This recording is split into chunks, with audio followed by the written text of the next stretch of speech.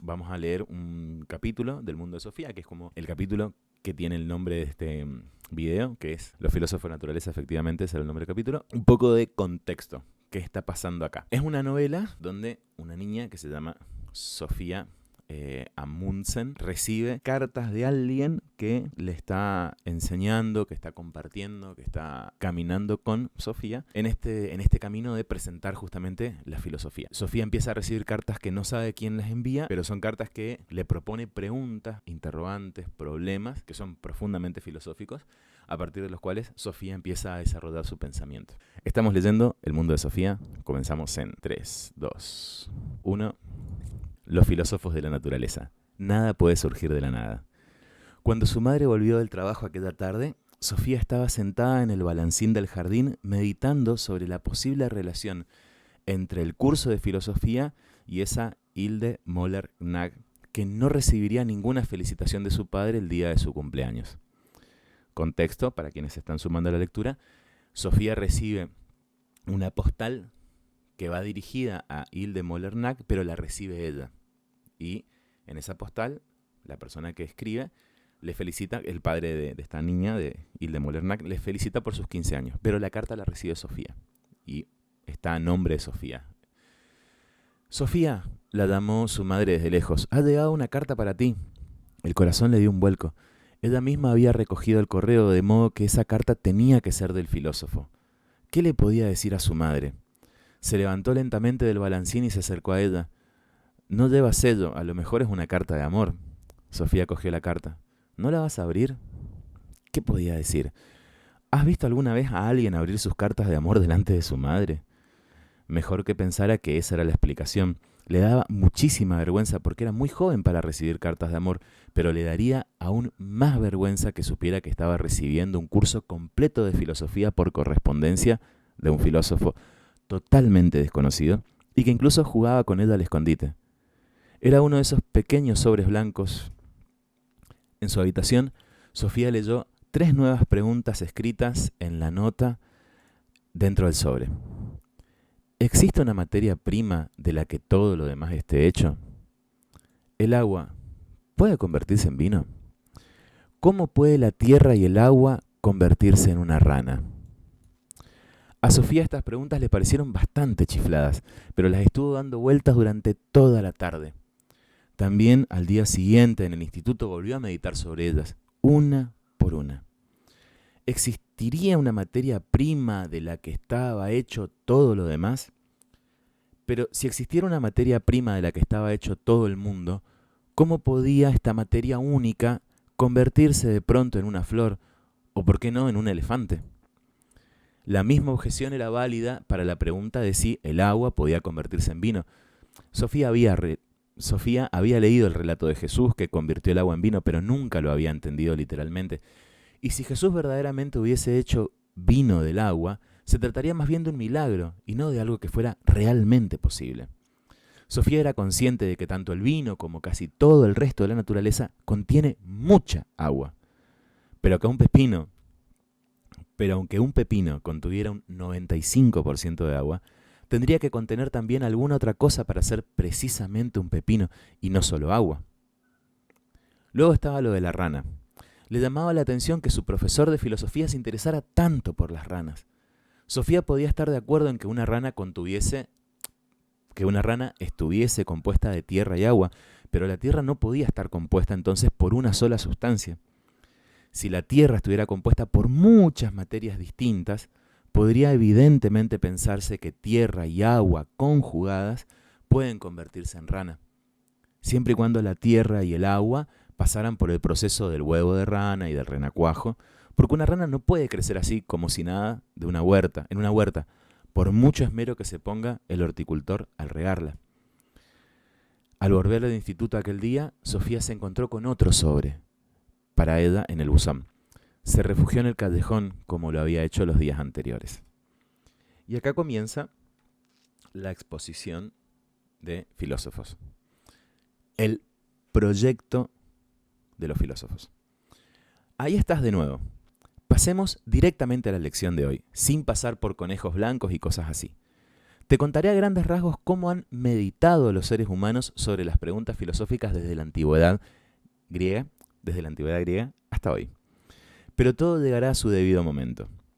Debido a que esos filósofos vivieron en otros tiempos y quizá en una cultura totalmente diferente a la nuestra, resulta a menudo práctico averiguar cuál fue el proyecto de cada uno. Con ello quiero decir que debemos intentar captar qué es lo que precisamente ese filósofo tiene tanto interés en solucionar. Un filósofo puede interesarse por el origen de las plantas y los animales. Otro puede averiguar si existe un Dios o si el ser humano tiene un alma inmortal. Cuando logremos extraer cuál es el proyecto de un determinado filósofo, resultará más fácil seguir su manera de pensar, pues un solo filósofo no está obsesionado por todas las preguntas filosóficas.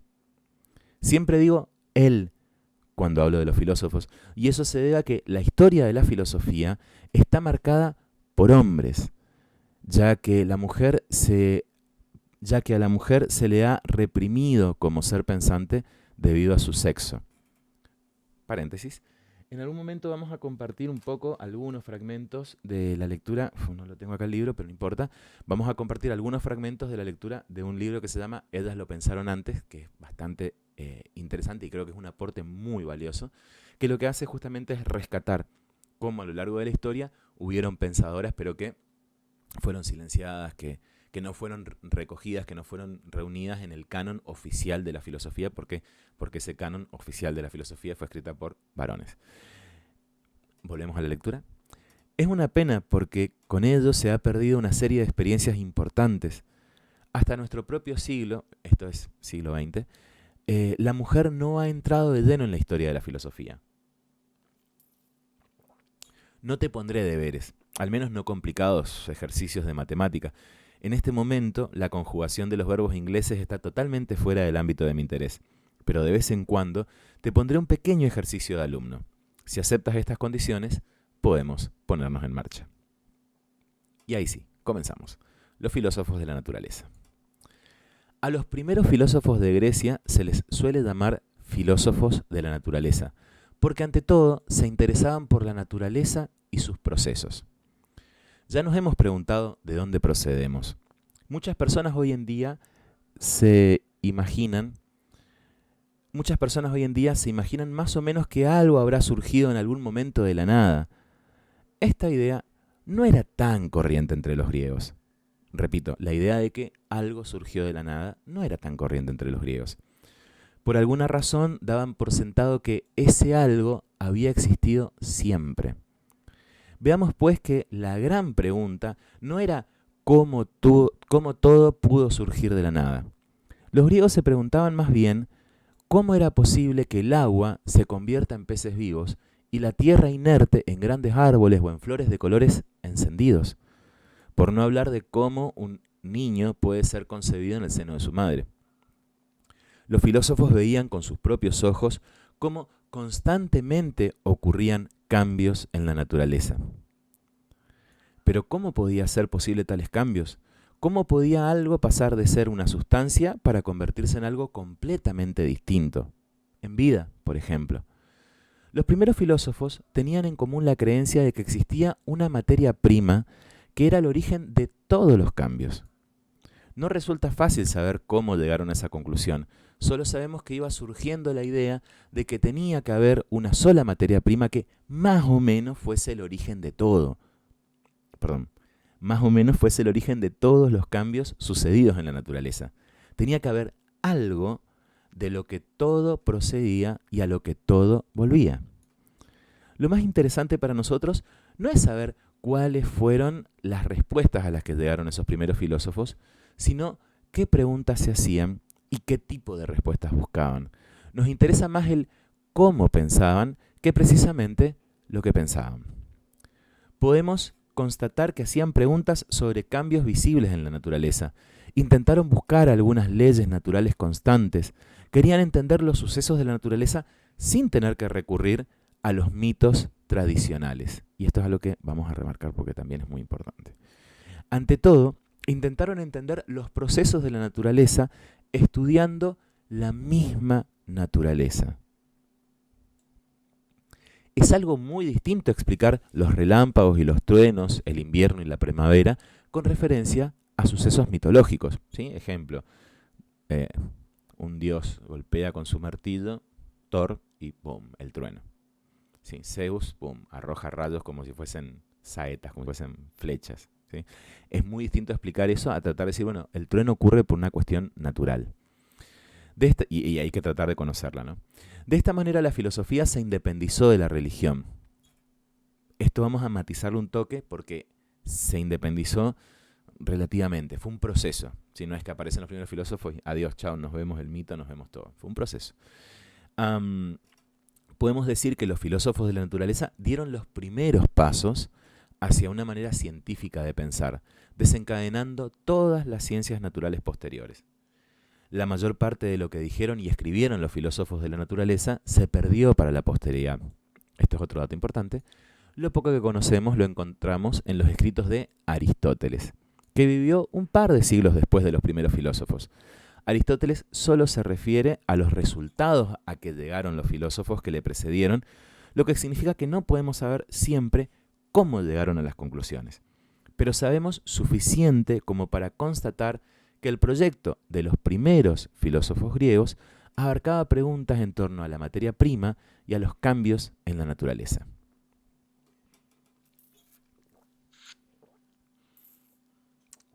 Ahora vamos a ver cómo operaba esto, ¿sí? Cómo operaba esta cuestión de buscar la materia prima y los cambios en la naturaleza a partir del planteo concreto ya de filósofos. Y empezamos con 3 filósofos de Mileto. El primer filósofo del que oímos hablar es Tales, de la colonia de Mileto en Asia Menor. Viajó mucho por el mundo. Se cuenta de él que midió la altura de una pirámide en Egipto, teniendo en cuenta la sombra de la misma en el momento en que su propia sombra medía exactamente lo mismo que él. También se dice que supo predecir mediante cálculos matemáticos un eclipse solar en el año 585 a.C. Es decir, alguien que, ¡pum!, de repente empezó a usar la cabeza para explicar la realidad con cosas que realmente funcionaban. Es decir, su explicación de la realidad funcionaba. También hay una anécdota más de Tales, que no está escrita acá, pero la cuento, que como que le planteamos, oh, Tales, lo que vos haces no sirve para nada, esto de filosofar y pensar y buscar.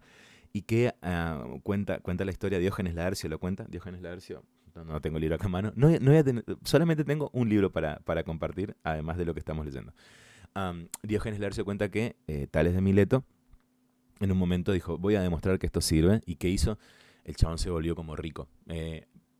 Vio que a medida que pasaba el tiempo, había cada vez más cosecha de aceitunas, ¿sí? La zona de Grecia y demás. Es una zona de muchas plantaciones de olivos. Y bueno, el chabón alquiló todas las prensas que había. Y cuando la gente iba con toneladas de aceitunas para prensar y hacer aceite, el tipo era el que tenía, el dueño de las prensas, digamos. Atinado. Bien.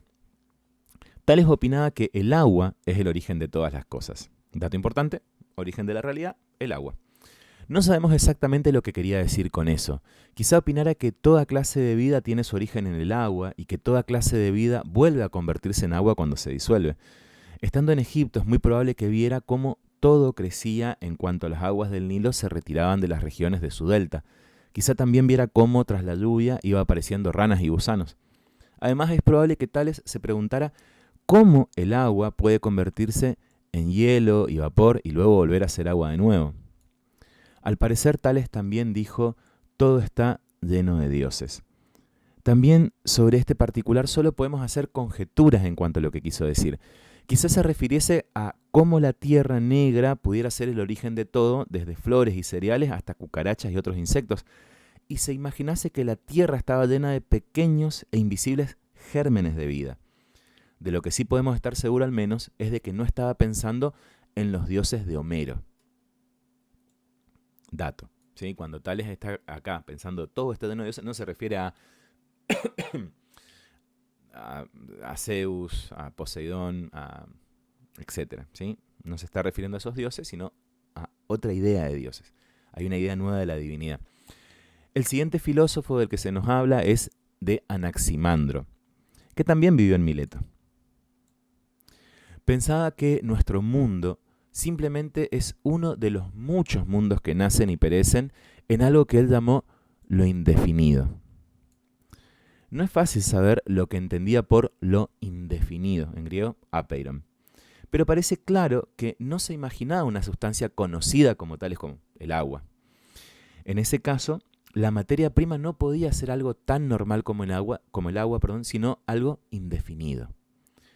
Un tercer filósofo de Mileto fue Anaxímenes, aproximadamente entre el 570 y 526 a.C., que opinaba que el origen de todo era el aire o la niebla.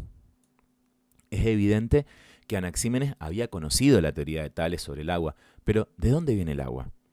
Anaxímenes opinaba que el agua tenía que ser aire condensado, pues vemos cómo el agua surge del aire cuando llueve. Y cuando el agua se condensa aún más, se convierte en tierra, pensaba él. Quizá había observado cómo la tierra y la arena provenían del hielo que se derretía. Asimismo pensaba que el fuego tenía que ser aire diluido. Según Anaxímenes, tanto la tierra como el agua y el fuego tenían como origen el aire. No es largo el camino desde la tierra y el agua hasta las plantas en el campo. Quizá pensaba Anaxímenes que para que surgiera vida tendría que haber tierra, aire, fuego y agua, pero el punto de partida en sí era el aire o la niebla. Esto significa que compartía con Tales la idea de que tenía que haber una materia prima que constituye la base de todos los cambios que suceden en la naturaleza. Un momento, tomemos un mate. Si hay alguien que está, el espectador que está y quiere escribir algo, no sé, presentarse, saludar, sería hermoso. En el chat lo puedes hacer.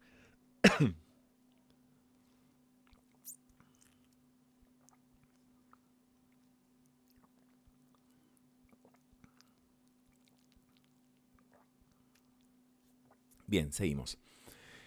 Nada puede surgir de la nada.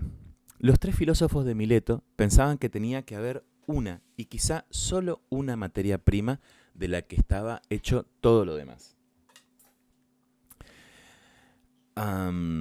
Pero ¿cómo era posible que una materia se alterara de repente para convertirse en algo completamente distinto? A este problema lo podemos llamar el problema del cambio. Sí, es decir, ¿por qué el agua se convertiría de repente en fuego? ¿Por qué el aire se convertiría de repente, o en un proceso, no importa, se convertiría en montaña? Desde aproximadamente el año 500 a.C. vivieron unos filósofos en la colonia griega de Elea, en el sur de Italia, y estos eléatos se preocuparon por cuestiones de este tipo. El más conocido era Parménides, aproximadamente entre el 510 y el 470 a.C. Pequeña aclaración, por las dudas. Fíjense que figura primero el año 510 y después el 470. ¿Sí? 510 es más grande que 470. ¿Por qué ocurre esto? Esto lo explico siempre en clase, me parece que vale decirlo acá también, porque estamos en antes de Cristo, son años antes de Cristo. Entonces los años se van acercando al cero, por eso van descendiendo en el orden. Entonces eso, ¿no? Nació en el 510 y murió en el 470. Parménides pensaba que todo lo que hay ha existido siempre, lo que era una idea muy corriente entre los griegos. ¿Sí? Esta idea de la creación de la nada es como a los griegos no le entraba en la cabeza, sino que ellos pensaban más bien en la eternidad. Lo que existe existió desde siempre. Daban más o menos por sentado que todo lo que existe en el mundo es eterno. Nada puede surgir de la nada, pensaba Parménides, y algo que existe tampoco se puede convertir en nada. Pero Parménides fue más lejos que la mayoría. Pensaba que ningún verdadero cambio era posible. ¡Pum! Datazo. Ningún verdadero cambio es posible. No hay nada que se pueda convertir en algo diferente a lo que es exactamente. Desde luego que Parménides sabía que precisamente la naturaleza muestra cambios constantes. ¿Sí? Es decir, el día, la noche, hace más frío, menos frío, un árbol crece. Con los sentidos observaba cómo cambiaban las cosas, pero esto no concordaba con lo que le decía la razón. Quédate, porque más adelante vamos a charlar sobre esto. No obstante, cuando se vio forzado a elegir entre fiarse de sus sentidos, es decir, lo que los ojos ven, escuchamos y demás, o de su razón, optó por la razón. Conocemos la expresión si no lo veo no lo creo, pero Parménides no lo creía ni siquiera cuando lo veía. Pensaba que los sentidos nos ofrecen una imagen errónea del mundo, una imagen que no concuerda con la razón de los seres humanos. Como filósofo, consideraba que era su obligación descubrir toda clase de ilusiones.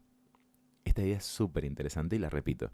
Como filósofo, consideraba que era su obligación descubrir toda clase de ilusiones. Esta fuerte fe en la razón humana se llama racionalismo. Y acá aparece una primera corriente, una primera postura respecto al conocimiento. Lo voy a nombrar, lo voy a explicar ahora porque más adelante no vamos a hablar sobre esto. Esta idea, ¿no? El conocimiento se construye, se funda, se basa en la capacidad racional del ser humano. Entonces, esta idea se llama racionalismo. La idea contraria se llama empirismo y la vamos a ver un poco más adelante en otra lectura. Un racionalista es el que tiene una gran fe en la razón de las personas como fuente de sus conocimientos sobre el mundo. Y acá, esto está muy bien, esta aclaración, esto es el racionalismo en filosofía, ¿sí? Alguien que tiene una confianza plena en la razón como fuente de conocimiento. No es que, somos racionalistas porque pensamos mucho, le das mucha vuelta, sos un racionalista. No, porque los que sostienen la postura contraria también le dan mucha vuelta a la cosa. Entonces esto, racionalista es porque la fuente de conocimiento va a ser la razón. Seguimos con la postura contraria a la de Parménides. Todo fluye. Al mismo tiempo que Parménides, vivió Heráclito, aproximadamente entre el 540 y el 480 a.C., de Éfeso en Asia Menor. Entonces, conocido como Heráclito de Éfeso. Él pensaba que precisamente los cambios constantes eran los rasgos más básicos de la naturaleza. Datazo. Lo que caracteriza a la naturaleza son los cambios. Podríamos decir que Heráclito tenía más fe en lo que decían sus sentidos que Parménides. Todo fluye, dijo Heráclito. Todo está en movimiento y nada dura eternamente. Nada es para siempre. Por eso no podemos descender 2 veces al mismo río, pues cuando desciendo al río por segunda vez, ni yo ni el río somos los mismos. Esto, ¿no? Estamos en una playa, vamos a meternos al río, tiqui, tiqui, tiqui, entramos, salimos un ratito a tomar algo, volvemos y ya el río es otro, porque está cambiando constantemente. Heráclito también señaló de que el mundo está caracterizado por constantes contradicciones. Otro dato importante. El mundo está caracterizado por constantes contradicciones. Si no estuviéramos nunca enfermos, no entenderíamos lo que significa estar sano. Si no tuviéramos nunca hambre, no sabríamos apreciar, estar saciados. Si no hubiera nunca guerra, no sabríamos valorar la paz. Y si no hubiera nunca invierno, no nos daríamos cuenta de la primavera. Tanto el bien como el mal tienen un lugar necesario en el todo, decía Heráclito. Y si no hubiera, eso lo voy a señalar, y si no hubiera un constante juego entre los contrastes, esto me va a marcar, el mundo dejaría de existir. Imaginemos esto, que de repente, ¡blum!, el cambio se detuviese.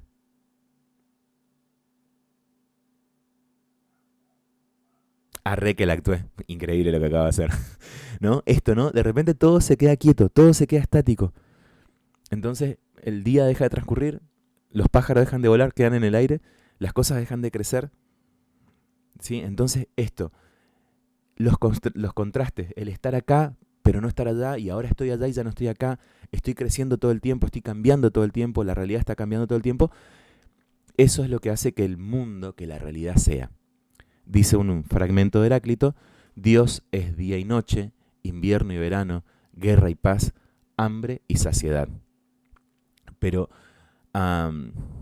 emplea la palabra Dios, pero es evidente que se refiere a algo muy distinto de los dioses que hablaban los mitos. Idea que ya vimos con Anaximandro, ¿sí? Con Anaximandro. Esta idea con Tales de Mileto, mil disculpas. Esto de el mundo está lleno de dioses, no son los dioses, no es Zeus, no está lleno de Zeus. Es otra cosa que esta gente está pensando. Para Heráclito, Dios o lo divino es algo que abarca a todo el mundo.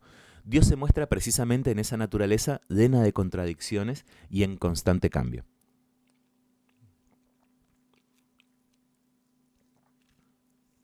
Perdón, tengo la bombilla súper mega tapada. Qué barbaridad. Perdón, voy a mutear un ratito el micrófono porque voy a ver si lo puedo arreglar sin tener que irme de acá. A ver, este es el micrófono.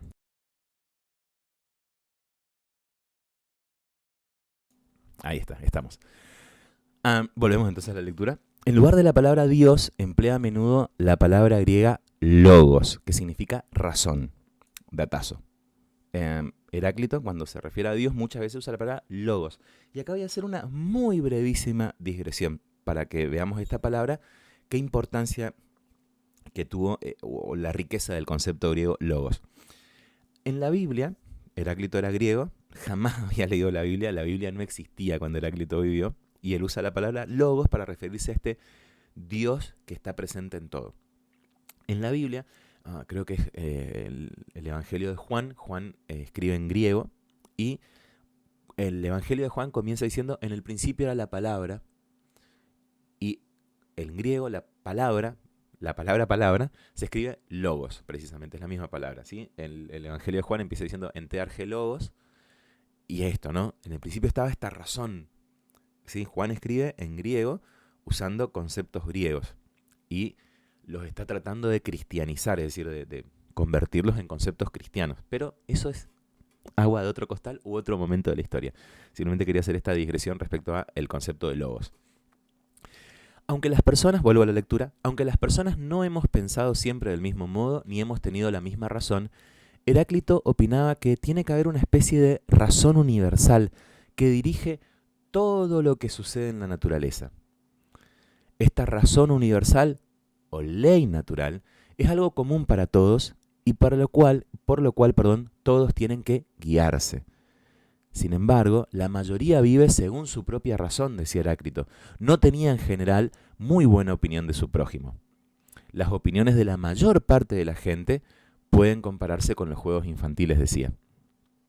En medio de todos estos cambios y contradicciones en la naturaleza, Heráclito pues veía una unidad en el todo. Eso lo voy a marcar. Este algo, que era la base de todo, él lo llamaba Dios o Logos, ¿sí? Y acá de nuevo, lo voy a repetir por última vez, prometo, juro, solemnemente, mentira, no lo voy a cumplir, pero prometo que voy a dejar de hacer esta referencia a que cuando esta gente está pensando en Dios, no está pensando ni en el Dios cristiano, ni siquiera en el Dios de su religión, en el Dios del mito griego, no está pensando en ese Dios, está pensando en un Dios que es distinto, ¿sí? Está pensando en esta idea de qué es lo que une a todo, y lo llaman Dios, o Logos, que es como interesantísimo. Ahora, vamos a avanzar un toque más con otros filósofos. ¿Y qué tenemos? 4 elementos, dice Gardner en esta parte, o esta persona que le está mandando cartas a Sofía. En cierto modo, las ideas de Parménides y las de Heráclito eran totalmente contrarias. La razón de Parménides le decía que nada puede cambiar, pero los sentidos de Heráclito decían con la misma convicción que en la naturaleza suceden constantemente cambios. ¿Quién de ellos tenía razón? ¿Debemos fiarnos de la razón o de los sentidos? Gran pregunta que, gente, esto después la historia de la filosofía se va a desarrollar un montón, lo va a tomar Sócrates, lo va a tomar Platón, lo va a tomar Aristóteles, es una discusión que sigue prácticamente, no sé, hasta nuestros días, con distintas respuestas, con matices, con cambios, con nuevas ideas, pero esto, ¿en qué tenemos que confiar a la hora de construir la verdad? ¿En qué? Y usé la palabra construir la verdad, que es una posición también, ¿no? Se construye la verdad está ahí, hay que buscarla, no importa, basta, avancemos. Tanto Parménides como Heráclito dicen dos cosas. Parménides dice que nada puede cambiar, que las sensaciones, por lo tanto, no son de fiar. Por el contrario, Heráclito dice que todo cambia, fluye, y que las sensaciones son de fiar. Difícilmente dos filósofos pueden llegar a estar en mayor desacuerdo. Pero, ¿cuál de ellos tenía razón? Empédocles, que vivió entre el 494 y el 434 a.C., de Sicilia, sería el que lograra salir de estos enredos en los que se había metido la filosofía. ¿Sí? Esto es como interesante. Opinaba que tanto Parménides como Heráclito tenían razón en una de sus afirmaciones, pero los dos se equivocaban en una cosa. Empédocles pensaba que el gran desacuerdo se debía a que los filósofos habían dado por sentado, error esencial en Parménides, que había un solo elemento. Quédate para después de la lectura que voy a hacer una explicación de esto. De ser así, la diferencia entre lo que dice la razón y lo que vemos con nuestros propios ojos sería insuperable. No hay manera. Si hay un solo elemento, que es el origen, el fundamento de toda la realidad, Parménides tiene razón. Es evidente que el agua no puede convertirse en un pez o en una mariposa. El agua no puede cambiar. El agua pura sigue siendo agua pura para siempre. De modo que Parménides tenía razón en decir que nada cambia. Al mismo tiempo, Empédocles le daba la razón a Heráclito en que debemos fiarnos de lo que nos dicen nuestros sentidos. Debemos creer lo que vemos. Y vemos precisamente cambios constantes en la naturaleza. Empédocles llegó a la conclusión de lo que había que rechazar era la idea de que hay un solo elemento. Ni el agua ni el aire son capaces por sí solos de convertirse en un rosal o en una mariposa, razón por la cual resulta imposible que la naturaleza solo contenga un elemento. Empédocles pensaba que la naturaleza tiene en total 4 elementos o raíces. Llamó a esas 4 raíces tierra, aire, fuego y agua. Todos los cambios de la naturaleza se deben a que estos 4 elementos se mezclan, se separan, pues todo está compuesto de tierra, aire, fuego y agua, pero en distintas proporciones de mezcla. Cuando muere una flor o un animal, los 4 elementos vuelven a separarse. Esto es un cambio que podemos observar con los ojos, pero la tierra y el aire, el fuego y el agua quedan completamente inalterados o intactos con todos esos cambios en los que participan. ¿Sí? Se marchita una flor, se empieza a marchitar y el agua se va, se evapora, se empieza a secar. De repente la tierra, la flor se convierte en, como que se empieza a romper y se convierte en lo que podríamos decir, ¿cómo se dice? Me sale ceniza, fue como polvo. Y listo, se separaron los elementos, la flor, adiós. O sea, genial, chabón. Gente pensando, y esto es increíble. Es decir que no es cierto que todo cambia en contra de Heráclito. En realidad no hay nada que cambie. ¿Por qué? Porque tanto la tierra como el fuego, como el aire, como el agua se van a mantener siempre iguales. No hay nada que cambie. Lo que ocurre es simplemente que 4 elementos diferentes se mezclan y se separan para luego volver a mezclarse. Podríamos compararlo con un pintor artístico. Si tiene solo un color, por ejemplo, rojo, no puede pintar árboles verdes. Pero si tiene amarillo, rojo, azul y negro, puede obtener hasta cientos de colores mezclándolo en distintas proporciones. Un ejemplo de cocina demuestra lo contrario. Si solo tuviera harina, tendría que ser un mago para poder hacer un bizcocho. Pero si tengo huevos y harina, leche y azúcar, entonces puedo hacer un montón de tartas y bizcochos diferentes con esas 4 materias primas.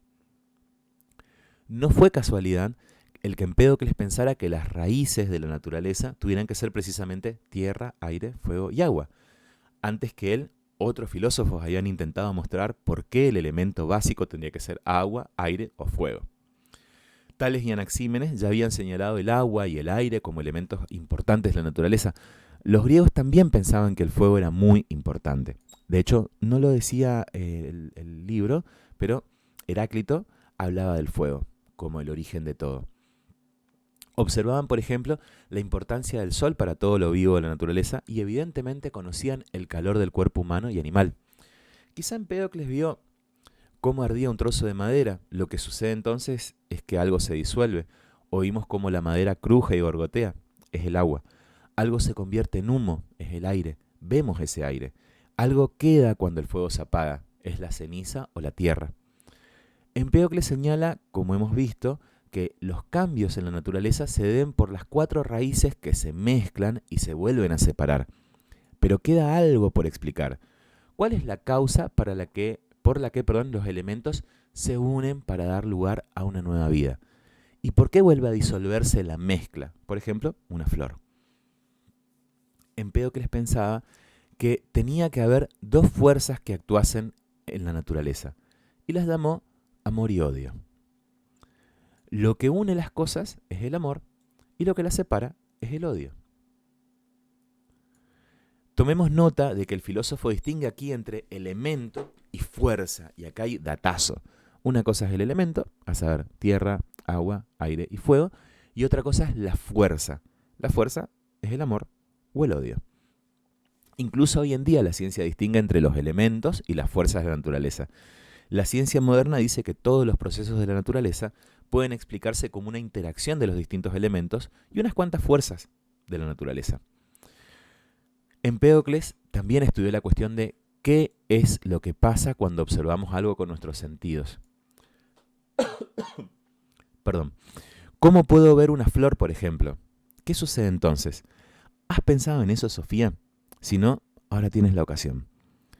Empédocles pensaba que nuestros ojos estaban formados de tierra, aire, fuego y agua, como todo lo demás en la naturaleza. Y la tierra que tengo en mis ojos capta lo que hay de tierra en lo que veo. El aire capta lo que es aire, el fuego de los ojos capta lo que es fuego y el agua lo que es agua. Es decir, lo semejante capta lo semejante. Si el ojo hubiera carecido de uno de los cuatro elementos, yo tampoco hubiera podido ver la naturaleza en su totalidad. Fíjense que hay como un avance más. Está discutiendo con Heráclito, está discutiendo con Parménides y está discutiendo también cómo se produce el conocimiento en el ser humano. Es genial todo lo que está haciendo, es genial. Y ahora sí vamos con, me parece recordar que es el último de los filósofos que vamos a leer en esta parte, en este fragmento. A ver, me gustaría poder chequearlo, creo que sí. Sí, es el último, vamos con Anaxágoras. Dice, algo de todo en todo. Otro filósofo que no se contentaba con la teoría de que un solo elemento, por ejemplo el agua, pudiera convertirse en todo lo que vemos en la naturaleza fue Anaxágoras. Fíjense que esta gente vivía en la misma época, estaban ahí como boom, juntos. Tampoco aceptó la idea de que tierra, aire, fuego o agua pudieran convertirse en sangre y hueso. Rechazaba la postura de Demócrito. Anaxágoras opinaba que la naturaleza está hecha de muchas piezas minúsculas, invisibles para el ojo. Todo puede dividirse en algo todavía más pequeño, pero incluso en las cosas más pequeñas hay algo del todo. ¿Sí? Todo está formado por cositas muy pequeñas que si empezamos a dividir y a separar, nos vamos a encontrar con cosas muy pequeñas que esa cosa pequeña contiene el todo. Si la piel y el pelo no se han convertido en otra cosa, tiene que haber piel y pelo también en la leche que bebemos y en la comida que comemos, opinaba él. A lo mejor un par de ejemplos modernos pueden ilustrar lo que se imaginaba Anaxágoras. Mediante la técnica del láser se pueden hoy en día hacer los llamados hologramas. Si el holograma muestra un coche y este holograma se rompe, veremos una imagen de todo el coche, aunque conservemos solamente la parte del holograma que muestra el parachoques. Esto es porque el motivo está presente en cada piececita, en cada piececita. De alguna manera también se puede decir que es así como está hecho nuestro cuerpo. Si separo una célula de la piel de un dedo, el núcleo de esa célula contiene no solo la receta de cómo es mi piel, sino que en la misma célula está también la receta de mis ojos, del color de mi pelo, de cuántos dedos tengo y de qué aspecto. ¿Sí? Dentro de una célula está la información de todo el cuerpo. Acá lo que estamos viendo, esto no lo plantea Anaxágoras, ¿no? Pero lo que estamos viendo es un paralelismo, un ejemplo para que podamos entender esto que dice Anaxágoras. En esas cosas pequeñas están el todo. En cada célula del cuerpo hay una descripción detallada de la composición de todas las demás células del cuerpo. Es decir, hay algo del todo en cada una de las células. El todo está en la parte más minúscula. A esas partes mínimas que contienen algo del todo, Anaxágoras las llamaba gérmenes o semillas. Recordemos que para Empédocles era el amor lo que unía las partes en cuerpos enteros. El amor lo que unía las partes en cuerpos enteros. También Anaxágoras se imaginaba una especie de fuerza que pone orden y crea animales y humanos, flores y árboles. A esta fuerza le damos espíritu o entendimiento, en griego nous. ¿Sí? Fíjense, esta idea empieza a estar presente en cada pensador. Cada pensador está discutiendo cuál es el elemento material o los elementos materiales que conforman la realidad, pero también se empiezan a preguntar por qué va a pasar esto. ¿Cuál es la fuerza que hace que la realidad pase? Y Anaxágoras nos va a hablar del entendimiento, ¿sí? El nous, esa inteligencia que ordena. Anaxágoras también es interesante por ser el primer filósofo de los de Atenas, datazo. Vino de Asia Menor, pero se trasladó a Atenas cuando tenía unos 40 años.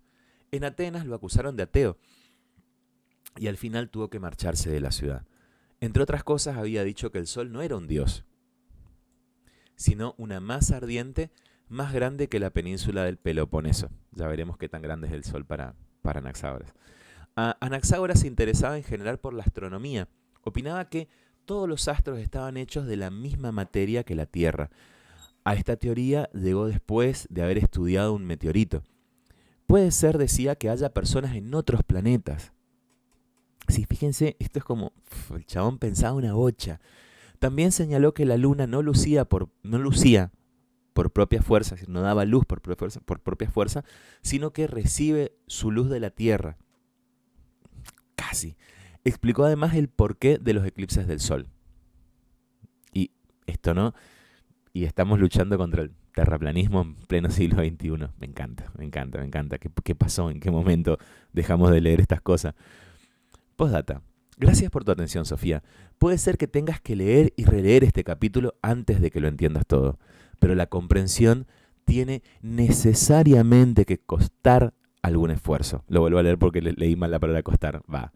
La comprensión tiene necesariamente que costar algún esfuerzo. Seguramente no admirarías mucho a una amiga que entendiera del todo sin que le hubiera costado ningún esfuerzo. La mejor solución a la cuestión de la materia prima y los cambios en la naturaleza tendrá que esperar hasta mañana. Entonces conocerás a Demócrito. No digo nada más. Quiero centrarme un toque en esto. Yo soy, para quienes no me conocen, que es la mayoría, la inmensa mayoría de las personas que pueden estar viendo esto, yo soy profesor de secundaria, trabajo en 5º año. Doy filosofía en 5º año. Y algo que últimamente le ando diciendo mucho a mis alumnos, a los estudiantes, es que hay que hacer el esfuerzo, que es imposible entender o aprender algo si no hacemos el trabajo cotidiano de sentarnos a leer. Y algo que fue un gran descubrimiento. Si estás en la escuela secundaria y estás ahí tratando de estudiar, no dejes todo para último momento. Voy a hacer un clip de esto. No dejes todo para último momento. Te va a costar un montón. Te va a costar muchísimo aprender si te avisan que tenés una prueba dentro de una semana y decís, bueno, estudia el día anterior. No te recomiendo esa estrategia. Te recomiendo estudiar todos los días un poquito, aunque sea media hora por día, que tal vez para vos es un montón. Pero no es tanto. Media hora por día, cada día.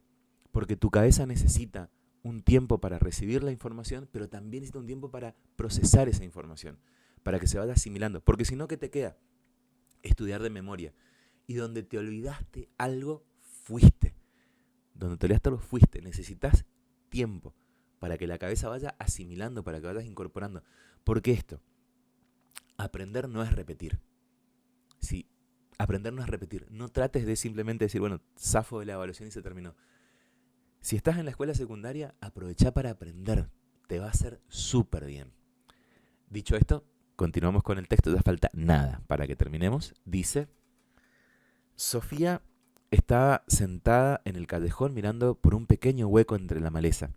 Tenía que poner orden en sus pensamientos, después de todo lo que acababa de leer. Era evidente que el agua normal y corriente no podía convertirse en otra cosa que hielo y vapor. El agua ni siquiera podía convertirse en una pera de agua, porque incluso una pera de agua estaba formada por algo más que agua sola. ¿Habría podido estar tan segura de que el hielo solo estaba compuesto de agua si no lo hubiera aprendido? Al menos habría tenido que estudiar muy de cerca cómo el agua se congelaba y el hielo se derretía. Sofía intentó volver a pensar de nuevo con su propia inteligencia sin utilizar lo que había aprendido de otros. Parménides se había negado a aceptar cualquier forma de cambio. Cuanto más pensaba en ello Sofía, más convencida estaba de que él, de alguna manera, tenía razón. Con su inteligencia, el filósofo no podía aceptar que algo, de repente, se convirtiera en algo completamente distinto. Había sido muy valiente, porque a la vez había tenido que negar todos aquellos cambios en la naturaleza que cualquier ser humano podía observar. Muchos se habrían reído de él. También Empédocles había sido muy hábil utilizando su inteligencia al afirmar que el mundo necesariamente tenía que estar formado por algo más que por un solo elemento originario. De ese modo se hacían posibles todos los cambios de la naturaleza sin cambiar realmente. Aquel viejo filósofo griego había descubierto todo esto utilizando simplemente su razón. Naturalmente, habría estudiado la naturaleza, pero no tuvo posibilidad de realizar análisis químicos como hace la ciencia hoy en día. Sofía no sabía si tenía mucha fe en que fueran precisamente la tierra, el aire, el fuego y el agua las materias de las que todo estaba hecho. Pero eso no tenía importancia. En principio Empédocles tenía razón. La única posibilidad que tenemos de aceptar todos aquellos cambios que registran nuestros ojos es introducir más de un solo elemento. A Sofía la filosofía le parecía aún más interesante porque podía seguir los argumentos con su propia razón, sin tener que acordarse de todo lo que había aprendido en el instituto. Llegó a la conclusión de que en realidad la filosofía no es algo que se pueda aprender, sino que quizás uno puede aprender a pensar filosóficamente.